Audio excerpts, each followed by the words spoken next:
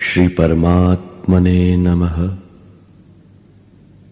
યથાર્થ ગીતા, શ્રીમદ ભગવદ્ ગીતા, અધ્યાય 15. મહાપુરુષોએ સંસારને વિવિધ દ્રષ્ટાંતોથી સમજાવવાનો પ્રયત્ન કર્યો છે. કેટલાકે એને ભવાટવી કહ્યો છે, તો કેટલાકે સંસાર સાગર કહ્યો છે. અવસ્થા ભેદને કારણે એને ભવનદી અને ભવકૂપ પણ કહેવામાં આવે છે. ક્યારેક એની તુલના ગોપથથી, અર્થાત ઇન્દ્રિયોનો જેટલો વિસ્તાર છે એટલો જ સંસાર છે, એવી તુલના કરવામાં આવી. અને અંતે એવી પણ અવસ્થા આવી કે નામ લેત ભવ સિંધુ સુકાહી, ભવ સિંધુ પણ સુકાઈ ગયો. શું સંસારમાં આવો સમુદ્ર છે? યોગેશ્વર શ્રી કૃષ્ણએ પણ સંસારને સમુદ્ર અને વૃક્ષની સંજ્ઞા આપી છે. અધ્યાય 12માં એમણે કહ્યું, જે મારો અનન્ય ભક્ત છે એમનો સંસાર સમુદ્રથી જલ્દી ઉદ્ધાર કરવા વાળો છું. અહીં પ્રસ્તુત અધ્યાયમાં યોગેશ્વર શ્રી કૃષ્ણ કહે છે કે સંસાર એક વૃક્ષ છે. એને કાપતા રહીને યોગીજનો એ પરમ પદને શોધે છે. શ્રી ભગવાન ઉવાચ,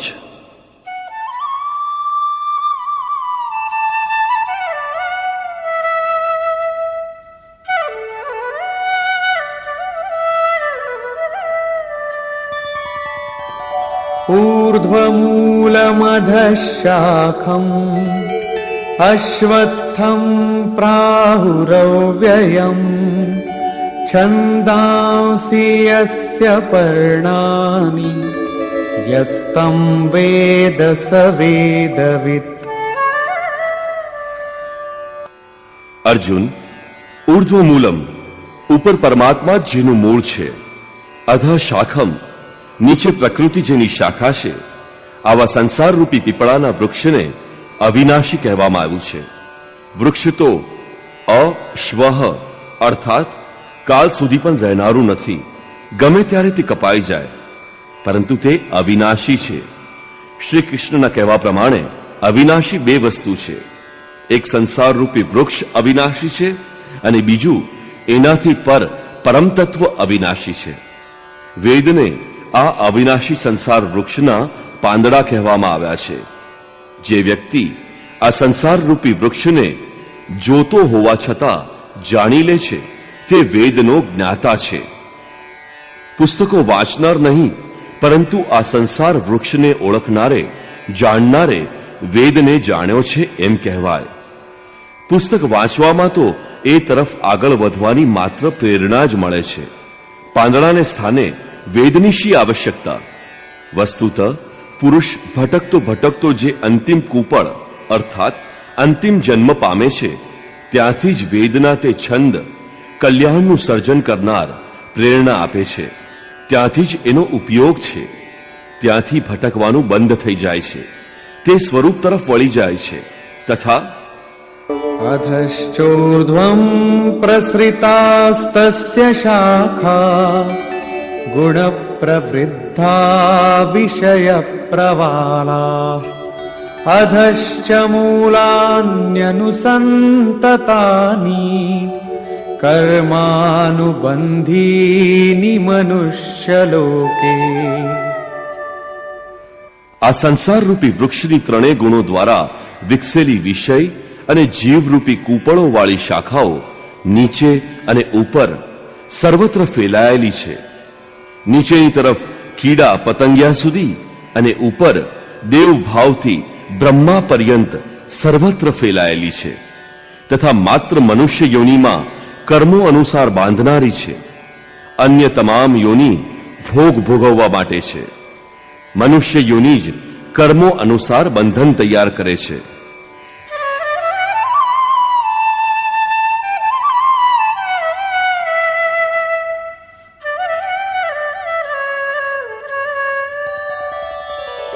ન રૂપમસ્યેહ તથોપલભ્યતે નાન્તો ન ચાદિર્ન ચ સંપ્રતિષ્ઠા અશ્વત્થમેનં સુવિરૂઢમૂલં असङ्गशस्त्रेण दृढेन छित्त्वा. પરંતુ આ સંસાર વૃક્ષનું જે રૂપ કહેવામાં આવ્યું છે તેવું અહીં જોવા મળતું નથી, કેમ કે ન તો એનો આદિ છે, ન તો એનો અંત છે, અને ન તો એ સારી રીતે સ્થિત છે, કેમ કે તે પરિવર્તનશીલ છે. તે સુદ્રઢ મૂળવાળા સંસારરૂપી વૃક્ષને દ્રઢ અસંગ શસ્ત્રેણ, અસંગ અર્થાત વૈરાગ્ય રૂપી શસ્ત્ર દ્વારા કાપીને સંસારરૂપી વૃક્ષને કાપવાનું છે. એવું નથી કે પીપળાના મૂળમાં પરમાત્મા વસે છે અને પીપળાના પાનમાં વેદ છે, તે વૃક્ષની આરતી કરવા લાગો, એવું કંઈ નથી.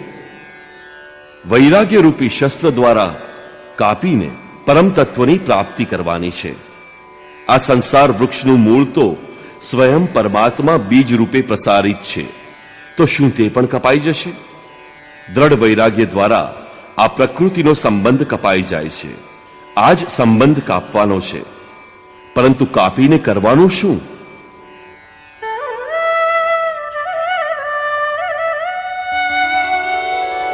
તતઃ પદં તત્ પરિમાર્ગિતવ્યમ યસ્મિન ગતા ન નિવર્તન્તિ ભૂયઃ તમેવ ચાદ્યં પુરુષં પ્રપદ્યે યતઃ પ્રવૃત્તિ પ્રસૃતા પુરાણી. દ્રઢ વૈરાગ્ય દ્વારા સંસાર વૃક્ષને કાપવા ઉપરાંત પરમપદ પરમેશ્વરને સારી રીતે શોધવો જોઈએ. એમાં લીન થયેલો પુરુષ પાછો સંસારમાં આવતો નથી, અર્થાત તે પૂર્ણ નિવૃત્તિ પ્રાપ્ત કરી લે છે. પરંતુ એની ખોજ કેવી રીતે સંભવિત છે? યોગેશ્વર કહે છે, આને માટે સમર્પણ આવશ્યક છે. જે પરમેશ્વરથી પુરાતન સંસાર વૃક્ષની પ્રવૃત્તિ વિસ્તરી, તે આદિપુરુષ પરમાત્માના શરણે હું છું. એના શરણે ગયા વિના વૃક્ષ મટી જશે નહીં. હવે શરણમાં ગયેલ વૈરાગ્યમાં સ્થિત વ્યક્તિ કેવી રીતે સમજે કે વૃક્ષ કપાઈ ગયું? એની ઓળખ શી? આ વિશે શ્રી કૃષ્ણ કહે છે, નિર્માન મોહાજિત સંગ દોષા અધ્યાત્મ નિત્યા વિનિવૃત્ત કામા દ્વંદ્વૈર્વિમુક્તા સુખ દુઃખ સંજ્ઞૈર ગચ્છન્ત્ય મૂઢા પદમવ્યયમ તત. ઉપરયુક્ત સમર્પણની ભાવનાથી જે મનુષ્યનો મોહ અને અભિમાન વિરમી ગયા છે, આસક્તિરૂપી સંગદોષ ઉપર જેને વિજય મેળવ્યો છે, અધ્યાત્મ નિત્ય પરમાત્માના સ્વરૂપમાં જેમનો નિરંતર વાસ છે, જેમની કામનાઓ વિશેષ રૂપે નિવૃત્ત થઈ ગઈ છે, અને સુખ દુઃખના દ્વંદ્વોથી વિમુક્ત થયેલા જ્ઞાનીજન તે અવિનાશી પરમપદને પ્રાપ્ત કરે છે. જ્યાં સુધી આ અવસ્થા નથી આવી શકતી, ત્યાં સુધી સંસાર વૃક્ષ કપાતું નથી. અહીં સુધી વૈરાગ્યની આવશ્યકતા રહે છે. જેને પામે છે તે પરમપદનું સ્વરૂપ કેવું છે? ન તદ્ભાસયતે સૂર્યો ન શશાંકો ન પાવકઃ યદ્ગત્વા ન નિવર્તન્તે તદ્ધામ પરમં મમ. તે પરમપદને સૂર્ય, ચંદ્ર કે અગ્નિ કોઈ પ્રકાશિત કરી શકતું નથી. જે પરમપદને પ્રાપ્ત કરીને મનુષ્ય સંસારમાં પાછો આવતો નથી, એ જ મારું પરમધામ છે. અર્થાત એનો પુનર્જન્મ થતો નથી. આ પદની પ્રાપ્તિમાં બધાનો સરખો અધિકાર છે. આ અંગે ભગવાન કહે છે,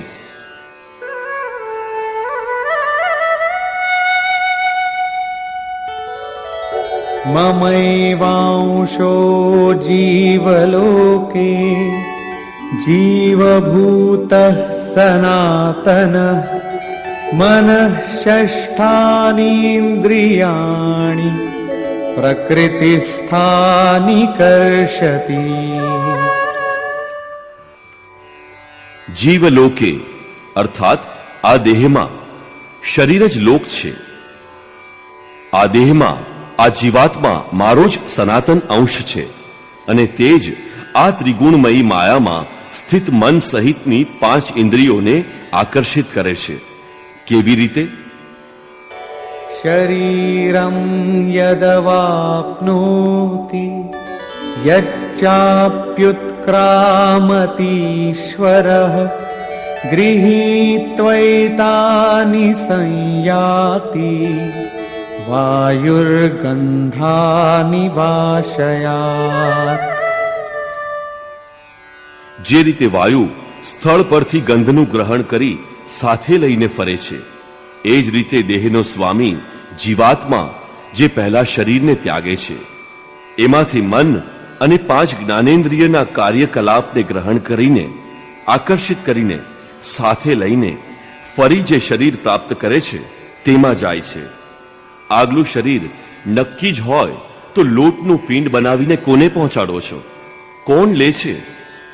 આથી શ્રી કૃષ્ણએ અર્જુનને કહ્યું હતું કે આ અજ્ઞાન તો કેવી રીતે મળ્યું કે પિંડોદક ક્રિયા સમાપ્ત થઈ જશે? ત્યાં જઈને શું કરે છે? મન સાથેની 6 ઇન્દ્રિયો કોણ છે? શ્રોત્રમ ચક્ષુઃ સ્પર્શનમ ચ રસનમ ઘ્રાણમેવ ચ અધિષ્ઠાય મનશ્ચાયમ વિષયાનુપસેવતે.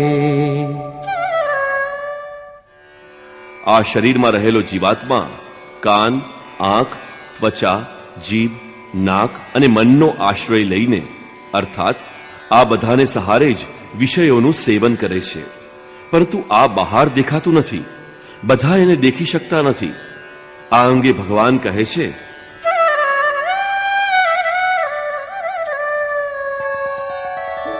ઉત્ક્રામંતમ સ્થિતમ વાપી ભુંજાનમ વા ગુણાન્વિતમ વિમૂઢાનાનુપશ્યન્તિ પશ્યન્તિ જ્ઞાનચક્ષુષઃ. શરીરને છોડીને જતા, શરીરમાં સ્થિત રહેતા, વિષયોને ભોગવતા તથા 3 ગુણો સાથે જોડાયેલા જીવાત્મા અને તેની આ ક્રિયાઓને મૂળ બુદ્ધિવાળો અજ્ઞાની જાણતો નથી. માત્ર જ્ઞાનરૂપી દ્રષ્ટિવાળા વિવેકીજનો જ એને જાણે છે. આ દ્રષ્ટિ મળે કેવી રીતે? આગળ જોઈએ.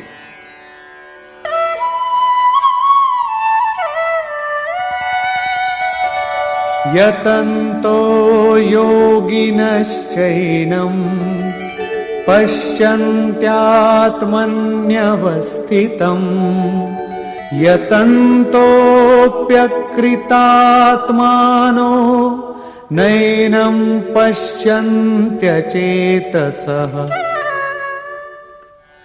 યોગીજનો ચિત્તને બધી બાજુથી સમેટી લઈને પ્રયત્ન કરતા જ પોતાના હૃદયમાં આ આત્માને પ્રત્યક્ષપણે જોવે છે. પરંતુ અકૃતાર્થ આત્માવાળા અર્થાત અશુદ્ધ અંતઃકરણવાળા અજ્ઞાની લોકો પ્રયત્ન કરવા છતાં આત્માને જાણતા નથી, કેમ કે એમનું અંતઃકરણ હજુ બાહ્ય પ્રવૃત્તિઓમાં વિખરાયેલું છે. ચિત્તને બધી બાજુએથી અંદર સમેટી લઈને અંતરાત્મામાં પ્રયત્ન કરનાર ભાવિકજનો એને પામવા માટે સમર્થ બને છે. તેથી અંતઃકરણથી સતત સુમિરન, સ્મરણ આવશ્યક છે. હવે તે મહાપુરુષોના સ્વરૂપમાં જે વિભૂતિઓ જોવા મળે છે, જે આગળ ઉપર પણ વર્ણવી છે, એ અંગે ભગવાન પ્રકાશ પાડે છે.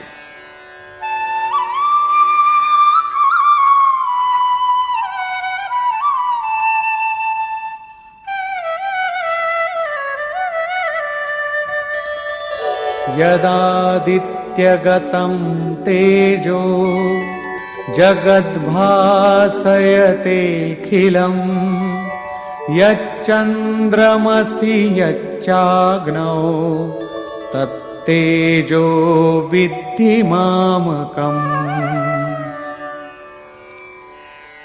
સૂર્યમાં રહેલું જે તેજ સમગ્ર જગતને પ્રકાશિત કરે છે અને જે તેજ ચંદ્રમા તથા અગ્નિમાં છે, એને તો મારું તેજ ગણ.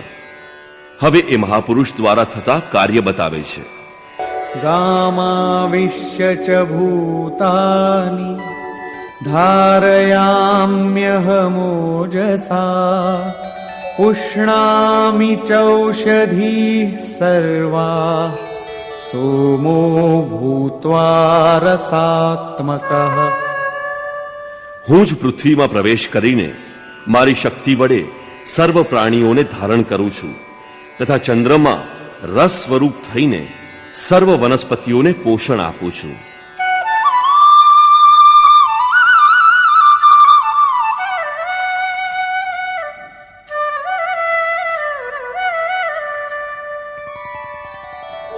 अहं वैश्वानरो भूत्वा प्राणिनां देहमाश्रितः प्राणापानसमायुक्तः पचाम्यन्नं चतुर्विधम्। હું જઠરાગ્નિ થઈ પ્રાણીઓના શરીરમાં રહી પ્રાણ તથા અપાન વાયુથી યુક્ત થઈ 4 પ્રકારના અન્ન પચાવું છું. ચોથા અધ્યાયમાં સ્વયં યોગેશ્વરે ઇન્દ્રિયાગ્નિ, સંયમાગ્નિ, યોગાગ્નિ, પ્રાણ અપાનાગ્નિ, બ્રહ્માગ્નિ વગેરે 13-14 અગ્નિનો ઉલ્લેખ કર્યો છે. એ દરેકનું પરિણામ જ્ઞાન છે. જ્ઞાન જ અગ્નિ છે. શ્રી કૃષ્ણ કહે છે કે આવા અગ્નિ સ્વરૂપ થઈને પ્રાણ તથા અપાનથી જોડાયેલી 4 વિધિઓથી જપ હંમેશા શ્વાસ પ્રશ્વાસથી થાય છે. એની 4 વિધિ છે: વૈખરી, મધ્યમા, પશ્યંતી તથા પરા. આ 4 વિધિઓથી તૈયાર થતા અન્નને હું પચાવું છું. શ્રી કૃષ્ણના કહેવા પ્રમાણે બ્રહ્મ જ એકમાત્ર અન્ન છે જેનાથી આત્મા સંપૂર્ણ તૃપ્ત થઈ જાય છે, ફરી કદી અતૃપ્ત થતો નથી.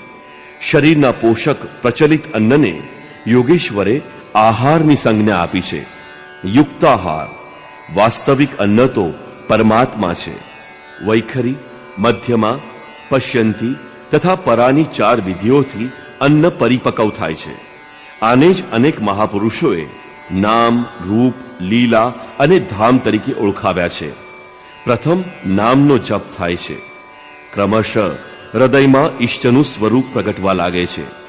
ત્યારબાદ એની લીલાનો બોધ થાય છે કે ઈશ્વર કેવી રીતે કણ કણમાં વ્યાપ્ત છે, કેવી રીતે તે સર્વત્ર કાર્ય કરે છે. આ રીતે હૃદય દેશમાં ક્રિયાકલાપોનું દર્શન એ જ લીલા છે, બહારની રામલીલા કે રાસલીલા નહીં. આ ઈશ્વરીય લીલાનો પ્રત્યક્ષ અનુભવ કરતા જ્યારે મૂળ લીલાધારીનો સ્પર્શ મળે છે ત્યારે ધામની સ્થિતિ ઉત્પન્ન થાય છે. એને જાણીને સાધક એમાં પ્રતિષ્ઠિત થાય છે. એમાં પ્રતિષ્ઠિત થવું અને પરાવાણીની પરિપક્વ અવસ્થામાં બ્રહ્મનો સ્પર્શ મેળવીને એનામાં સ્થિત થવું બંને એક સાથે થાય છે. આ રીતે પ્રાણ અને અપાન અર્થાત શ્વાસ અને પ્રશ્વાસ યુક્ત થઈને 4 વિધિઓથી અર્થાત વૈખરી, મધ્યમા, પશ્યંતી અને ક્રમશઃ ઉત્થાન થતા થતા પરાના પૂર્તિકાળમાં તે અન્ન બ્રહ્મ પરિપક્વ થઈ જાય છે. બ્રહ્મની પ્રાપ્તિ થાય છે. તે અન્ન પચી પણ જાય છે અને પાત્ર પણ પરિપક્વ જ હોય છે.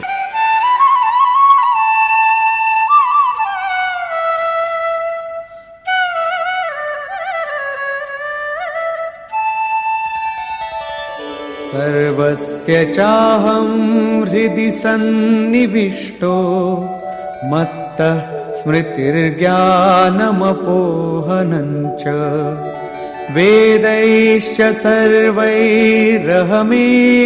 વેદ્યો વેદાંતકૃત વેદવિદેમ ચાહં. હું સર્વ પ્રાણીઓના હૃદયમાં અંતર્યામી રૂપે રહેલો છું. મારે લીધે સ્વરૂપની સ્મૃતિ, સુરતી તત્વ પરમાત્મા ભૂલાઈ ગયો છે તેનું સ્મરણ થાય છે. પ્રાપ્તિકાળનું ચિત્રણ છે. સ્મૃતિની સાથે જ જ્ઞાન, સાક્ષાત્કાર અને અપોહનમ અર્થાત બાધાઓ, વિઘ્નોનું શમન મારા લીધે જ થાય છે. સર્વ વેદો દ્વારા જાણવા યોગ્ય હું જ છું. વેદાંતના કર્તા અર્થાત વેદસ્ય અંતઃ સ વેદાંત. અલગ હતા એટલે તો જાણકારી મળી, જાણવાની સાથે જ એ સ્વરૂપમાં પ્રતિષ્ઠિત થઈ ગયા. તો પછી કોણ કોને જાણે? વેદની અંતિમ સ્થિતિનો કર્તા હું જ છું. વેદવિત્ત, વેદનો જાણકાર પણ હું જ છું. અધ્યાયની શરૂઆતમાં એમણે કહેલું કે સંસાર વૃક્ષ છે, પરમાત્મા રૂપી મૂળ ઉપર છે અને નીચે પ્રકૃતિ રૂપી શાખાઓ છે. જે આ મૂળથી પ્રકૃતિનું વિભાજન કરીને જાણે છે, મૂળને જાણે છે, તે વેદ જ્ઞાતા છે. હું જ વેદજ્ઞ છું. અને જે જાણે તે મનુષ્ય સાથે શ્રી કૃષ્ણે પોતાની તુલના કરી કે તે વેદજ્ઞ છે, હું પણ વેદજ્ઞ છું. શ્રી કૃષ્ણ પણ એક તત્વજ્ઞ મહાપુરુષ, યોગીઓના પણ પરમ યોગી છે. અહીં એક પ્રશ્ન પૂરો થયો. હવે દર્શાવે છે કે સંસારમાં પુરુષનું સ્વરૂપ બે પ્રકારનું છે.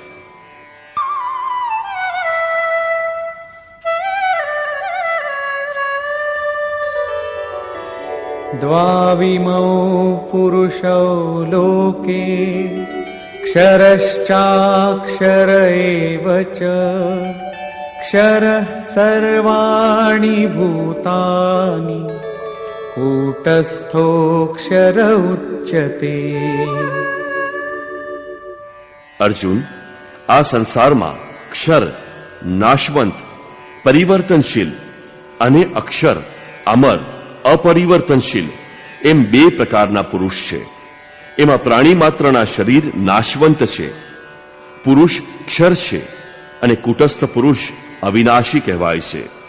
સાધન દ્વારા મન સહિત ઇન્દ્રિયોનો નિરોધ, અર્થાત જેમનો ઇન્દ્રિય સમૂહ કુટસ્થ છે તે અક્ષર કહેવાય છે. પરંતુ આ પણ પુરુષની અવસ્થા વિશેષ જ છે. આ બંનેથી પર એક અન્ય પુરુષ પણ છે.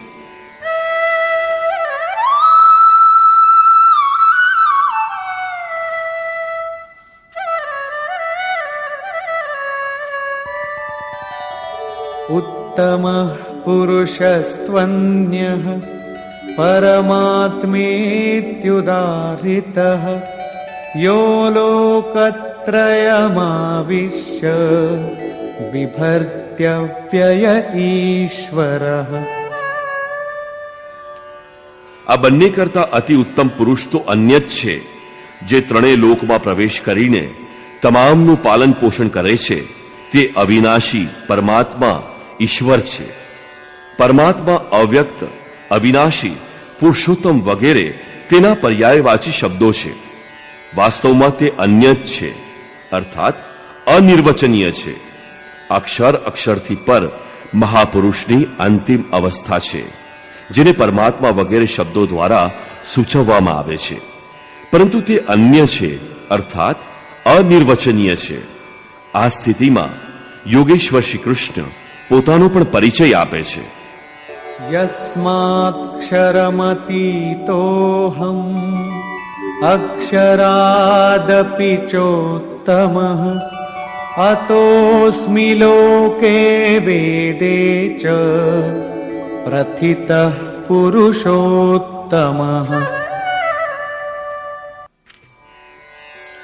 ઉપરયુક્ત નાશવાન પરિવર્તનશીલ ક્ષેત્રથી સર્વથા પર છું અને અક્ષર અવિનાશી કુટસ્થ પુરુષથી પણ ઉત્તમ છું. તેથી લોકોમાં અને વેદોમાં હું પુરુષોત્તમ નામથી પ્રસિદ્ધ છું.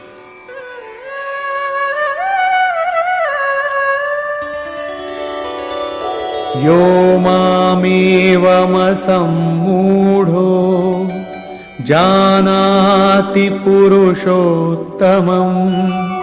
स सर्वविद् भजति माम् सर्वभावेन भारत. હે ભારત, જે મનુષ્ય મોહ વિનાનો થઈ મને આ પ્રમાણે પુરુષોત્તમ સાક્ષાત સ્વરૂપે જાણે છે, તે સર્વજ્ઞ હોય મને સર્વ ભાવથી ભજે છે, તે મારાથી અલગ નથી.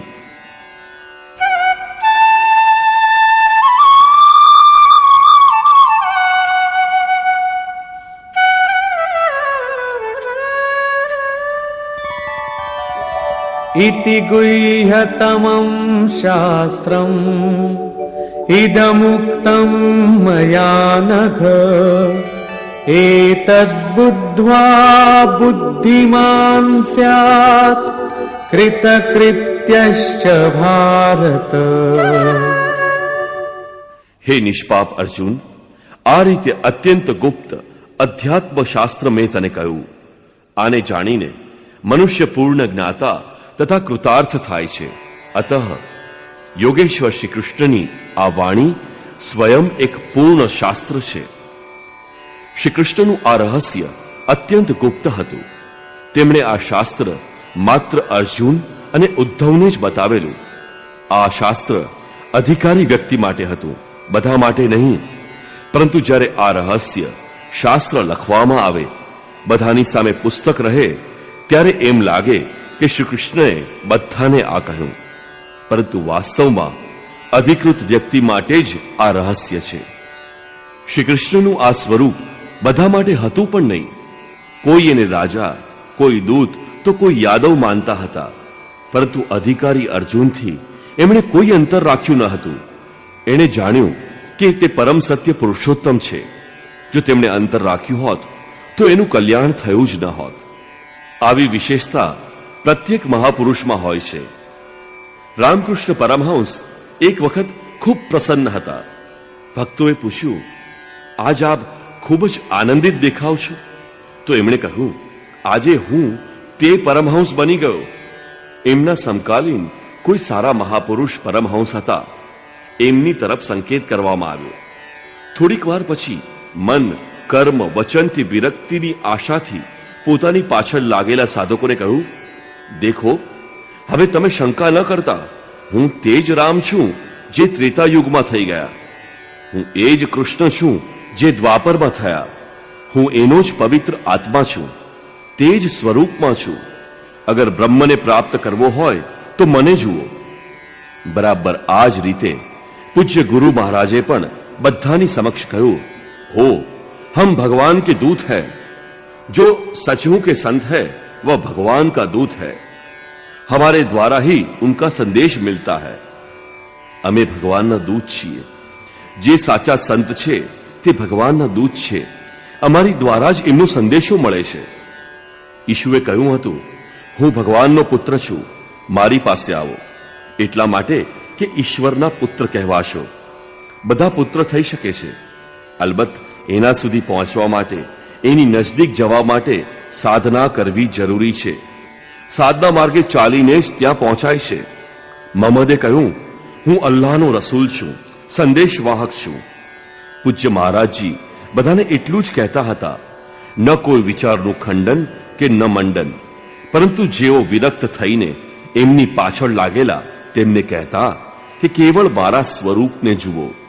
તમારામાં પરમ તત્વને પામવાની ચાહના હોય તો મને જુઓ. શંકા ન કરો. ઘણાએ શંકા કરી. એ બધાને અનુભવ દર્શન કરાવીને, ઠપકો આપીને, બાહ્ય વિચારોમાંથી હટાવીને યોગેશ્વર શ્રી કૃષ્ણ મતાનુસાર, જેમાં અનંત પૂજા વિધિઓ છે, પોતાના સ્વરૂપમાં સંલગ્ન કર્યા. તે આજની ઘડી સુધી મહાપુરુષના રૂપમાં સ્થિત છે. આ રીતે શ્રી કૃષ્ણની પોતાની સ્થિતિ ગુપ્ત તો હતી, પરંતુ પોતાના અનન્ય ભક્ત, પૂર્ણ અધિકારી, અનુરાગી અર્જુન પ્રતિ જ તેઓ દ્રશ્યમાન થયા. દરેક ભક્ત માટે આ સંભવિત છે. મહાપુરુષ લાખો લોકોને આ માર્ગ ઉપર લાવે છે. નિષ્કર્ષ. આ અધ્યાયના આરંભમાં યોગેશ્વર શ્રી કૃષ્ણએ જણાવ્યું કે સંસાર એક વૃક્ષ છે, પીપળા જેવું વૃક્ષ છે. પીપળો તો એક ઉદાહરણ માત્ર છે. ઉપર એનું મૂળ પરમાત્મા છે, નીચે પ્રકૃતિ એની શાખા પ્રશાખા છે. જે આ વૃક્ષને મૂળ સહિત જાણી લે છે તે વેદોનો જ્ઞાતા છે. આ સંસાર વૃક્ષની શાખાઓ ઉપર અને નીચે સર્વત્ર ફેલાયેલી છે, અને મૂળ વગેરે એની જળની ઝાડ પણ ઉપર નીચે સર્વત્ર ફેલાયેલી છે. કેમ કે મૂળ તો ઈશ્વર છે. એ જ બીજ રૂપે પ્રત્યેક જીવ હૃદયમાં નિવાસ કરે છે. પૌરાણિક આખ્યાન છે કે એક વખત કમળ પર વિરાજમાન બ્રહ્માજીએ વિચાર કર્યો કે મારો ઉદ્ગમ શો છે. જ્યાંથી તેમનું સર્જન થયું હતું તે કમળ નાળમાં પ્રવેશી તેમણે ચાલવા માંડ્યું. સતત ચાલતા જ રહ્યા. પરંતુ પોતાનું મૂળ ઉદ્ગમ સ્થાન જોઈ શક્યા નહીં. ત્યારે હતાશ થઈને તે કમળના આસન ઉપર બેસી ગયા. ચિત્તનો નિરોધ કરવામાં પ્રવૃત્ત થઈ ગયા. ધ્યાન દ્વારા એમણે પોતાનું મૂળ ઉદ્ગમ સ્થાન જોઈ લીધું. પરમ તત્વનો સાક્ષાત્કાર કર્યો. એમની સ્તુતિ કરી. પરમ સ્વરૂપ પાસેથી જ આદેશ મળ્યો કે હું છું સર્વત્ર વ્યાપ્ત, પરંતુ મારી પ્રાપ્તિ કેવળ હૃદયમાં જ થાય છે. હૃદય દેશમાં જે ધ્યાન ધરે છે એ જ મને પ્રાપ્ત કરે છે. બ્રહ્મા એક પ્રતીક છે. યોગ સાધનાની એક પરિપક્વ અવસ્થામાં આવી જાગૃતિની સ્થિતિ આવે છે. ઈશ્વર પ્રતિ ઉન્મુખ બ્રહ્મ વિદ્યાથી યુક્ત બુદ્ધિ જ બ્રહ્મા છે. કમળ પાણીમાં રહેવા છતાં પણ નિર્મળ અને નિર્લેપ રહે છે. બુદ્ધિ આમ તેમ ભટકે છે ત્યાં સુધી સત્યની પ્રાપ્તિ થતી નથી. પરંતુ બુદ્ધિ જેવી નિર્મળતાના આસન ઉપર બેસે છે કે તરત મન સહિત ઇન્દ્રિયો સમેટાઈ જઈ હૃદયમાં સ્થિર થાય છે. આ વિલીનીકરણ અવસ્થામાં જ પોતાના હૃદયમાં પરમાત્માની પ્રાપ્તિ થાય છે. અહીં યોગેશ્વર શ્રી કૃષ્ણના કહેવા મુજબ સંસાર વૃક્ષ છે, જેનું મૂળ અને શાખાઓ સર્વત્ર ફેલાયેલા છે. કર્માનુબંધીની મનુષ્ય લોકે કર્મો અનુસાર કેવળ મનુષ્ય યોનિમાં બંધનો પેદા થાય છે, બાંધે છે. મનુષ્ય તેમાં બંધાતો જાય છે. અન્ય યોનિઓ તો કર્મો અનુસાર ભોગ ભોગવે છે. અંતે દ્રઢ વૈરાગ્ય રૂપી શસ્ત્ર દ્વારા આ સંસાર રૂપી પીપળાના વૃક્ષને તું છેદીને પરમ તત્વની શોધ કર.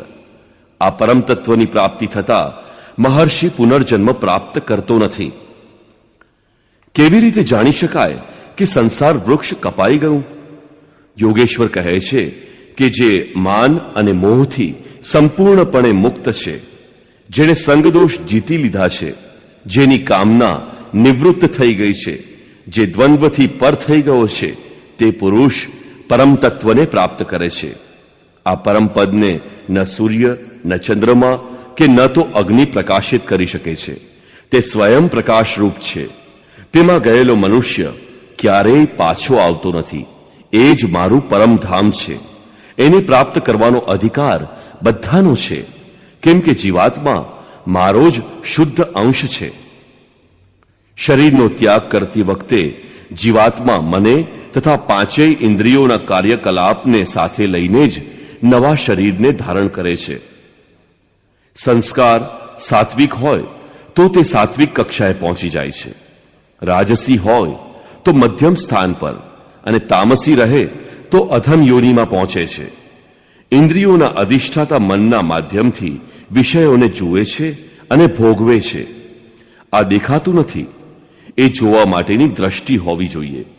આ દ્રષ્ટિ જ જ્ઞાન છે. કંઈક યાદ કરી લેવું, ગોખી લેવું એ જ્ઞાન નથી. યોગીજન હૃદયમાં અંતર્મુખ થઈને એને જોઈ શકે છે. આમ જ્ઞાન સાધનગમ્ય છે. અધ્યયનથી એના પ્રત્યે રુચિ પેદા થાય છે. સંશયયુક્ત અકૃતાત્મા લોક પ્રયત્ન કરવા છતાં એને પ્રાપ્ત કરી શકતા નથી. અહીં પરમતત્વની પ્રાપ્તિ અંગે વર્ણન કરાયું છે. શ્રી કૃષ્ણએ કહ્યું કે સૂર્ય અને ચંદ્રમામાં રહેલો પ્રકાશ હું જ છું. અગ્નિમાં તેજ પણ હું જ છું. હું જ પ્રચંડ અગ્નિરૂપ 4 વિધિઓથી પરિપક્વ અન્ન પચાવું છું. શ્રી કૃષ્ણના શબ્દોમાં અન્નમ બ્રહ્મ વ્યજાનાત, જે ઉપનિષદમાંથી શ્રી કૃષ્ણએ ટાંક્યું છે તેનો પણ આ જ નિર્ણય છે. અન્ન એકમાત્ર બ્રહ્મ છે, જેને પ્રાપ્ત કરીને આત્મા તૃપ્ત થાય છે. વૈખરીથી પરા સુધી અન્ન પૂર્ણપણે પરિપક્વ થઈને પચી જાય છે. તે પાત્ર પણ ખોવાઈ જાય છે. આ અન્નને હું જ પચાવું છું. અર્થાત સદગુરુ જ્યાં સુધી સારથી ન બને ત્યાં સુધી પ્રાપ્તિ થતી નથી. આ વાતને ભારપૂર્વક સમજાવતા શ્રી કૃષ્ણ કહે છે કે પ્રાણીઓના અંતર્દેશમાં ઉપસ્થિત રહીને હું બધાને યાદ અપાવું છું. જે સ્વરૂપ ભૂલાઈ ગયેલું તે હું યાદ કરાવું છું. સ્મૃતિની સાથોસાથ મળતું જ્ઞાન પણ હું જ છું. એમાં આવતી મુશ્કેલીઓનો ઉપાય પણ હું જ છું. હું જ જાણવા યોગ્ય છું. જાણ્યા બાદ જાણકારીનો અંતર કરતા પણ હું જ છું. કોણ કોને જાણે? હું વેદજ્ઞ છું. અધ્યાયના પ્રારંભમાં કહેલું કે જે સંસાર વૃક્ષને મૂળ સહિત જાણે છે તે વેદજ્ઞ છે, પરંતુ એને કાપનારા જ જાણે છે. અહીં તેઓ કહે છે કે હું જ વેદજ્ઞ છું. વેદવિદોમાં પોતાની પણ ગણના કરે છે. તેથી શ્રી કૃષ્ણ અહીં વેદવિદ પુરુષોત્તમ છે. એમને પ્રાપ્ત કરવાનો અધિકાર માનવ માત્રને છે. અંતમાં એમણે કહ્યું કે લોકમાં 3 પ્રકારના પુરુષ છે. પ્રાણી માત્રનું શરીર નશ્વર છે. મનની કુટસ્થ અવસ્થામાં આ જ પુરુષ અક્ષર છે, પરંતુ છે દ્વંદ્વાત્મક અને એનાથી પણ પર જે પરમાત્મા, પરમેશ્વર, અવ્યક્ત અને અવિનાશી તરીકે ઓળખાય છે તે હકીકતમાં અન્ય પુરુષ છે. તે ક્ષર અક્ષરથી પર એવી અવસ્થા છે. આ પરમ સ્થિતિ છે. આની સંગત કરતા તે કહે છે કે ક્ષર અક્ષરથી પર હું જ છું. આથી લોકો મને પુરુષોત્તમ કહે છે. આ રીતે ઉત્તમ પુરુષને જે જાણે છે તે જ્ઞાની ભક્તજન હંમેશા બધે મને જ ભજે છે. એની જાણકારીમાં અંતર નથી. અર્જુન, મેં આ અત્યંત ગુપ્ત રહસ્ય તને જણાવ્યું છે. પ્રાપ્તિ કરનાર મહાપુરુષ બધાની સમક્ષ આ વાત કરતા નથી, પરંતુ અધિકૃત વ્યક્તિથી તે દૂરતા રાખતા નથી. દૂરી રાખે તો એને પામે કેવી રીતે? આ અધ્યાયમાં આત્માની 3 સ્થિતિનું ચિત્રણ ક્ષર, અક્ષર અને અતિ ઉત્તમ પુરુષના રૂપમાં સ્પષ્ટ કરવામાં આવ્યું છે. આગળના બીજા કોઈ અધ્યાયમાં તેમ કરવામાં આવ્યું નથી. તેથી ઓમ તત્સદિતિ શ્રીમદ ભગવદ્ ગીતાસુ ઉપનિષત્સુ બ્રહ્મ વિદ્યાયા યોગ શાસ્ત્રે શ્રી કૃષ્ણાર્જુન સંવાદે પુરુષોત્તમ યોગો નામ પંચદશોધ્યાય. આ રીતે શ્રીમદ ભગવદ્ ગીતા રૂપી ઉપનિષદ અર્થાત બ્રહ્મ વિદ્યા તથા યોગ શાસ્ત્ર વિષયક શ્રી કૃષ્ણ અને અર્જુનના સંવાદમાં પુરુષોત્તમ યોગ નામનો 15મો અધ્યાય પૂરો થાય છે.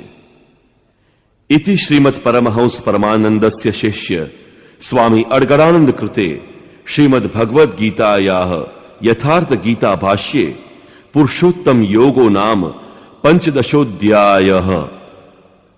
આ રીતે શ્રીમદ પરમહંસ પરમાનંદજીના શિષ્ય સ્વામી અડગડાનંદ કૃત શ્રીમદ ભગવદ્ ગીતાના ભાષ્ય યથાર્થ ગીતાનો પુરુષોત્તમ યોગ નામનો 15મો અધ્યાય પૂરો થાય છે. હરિ ઓમ તત્સત.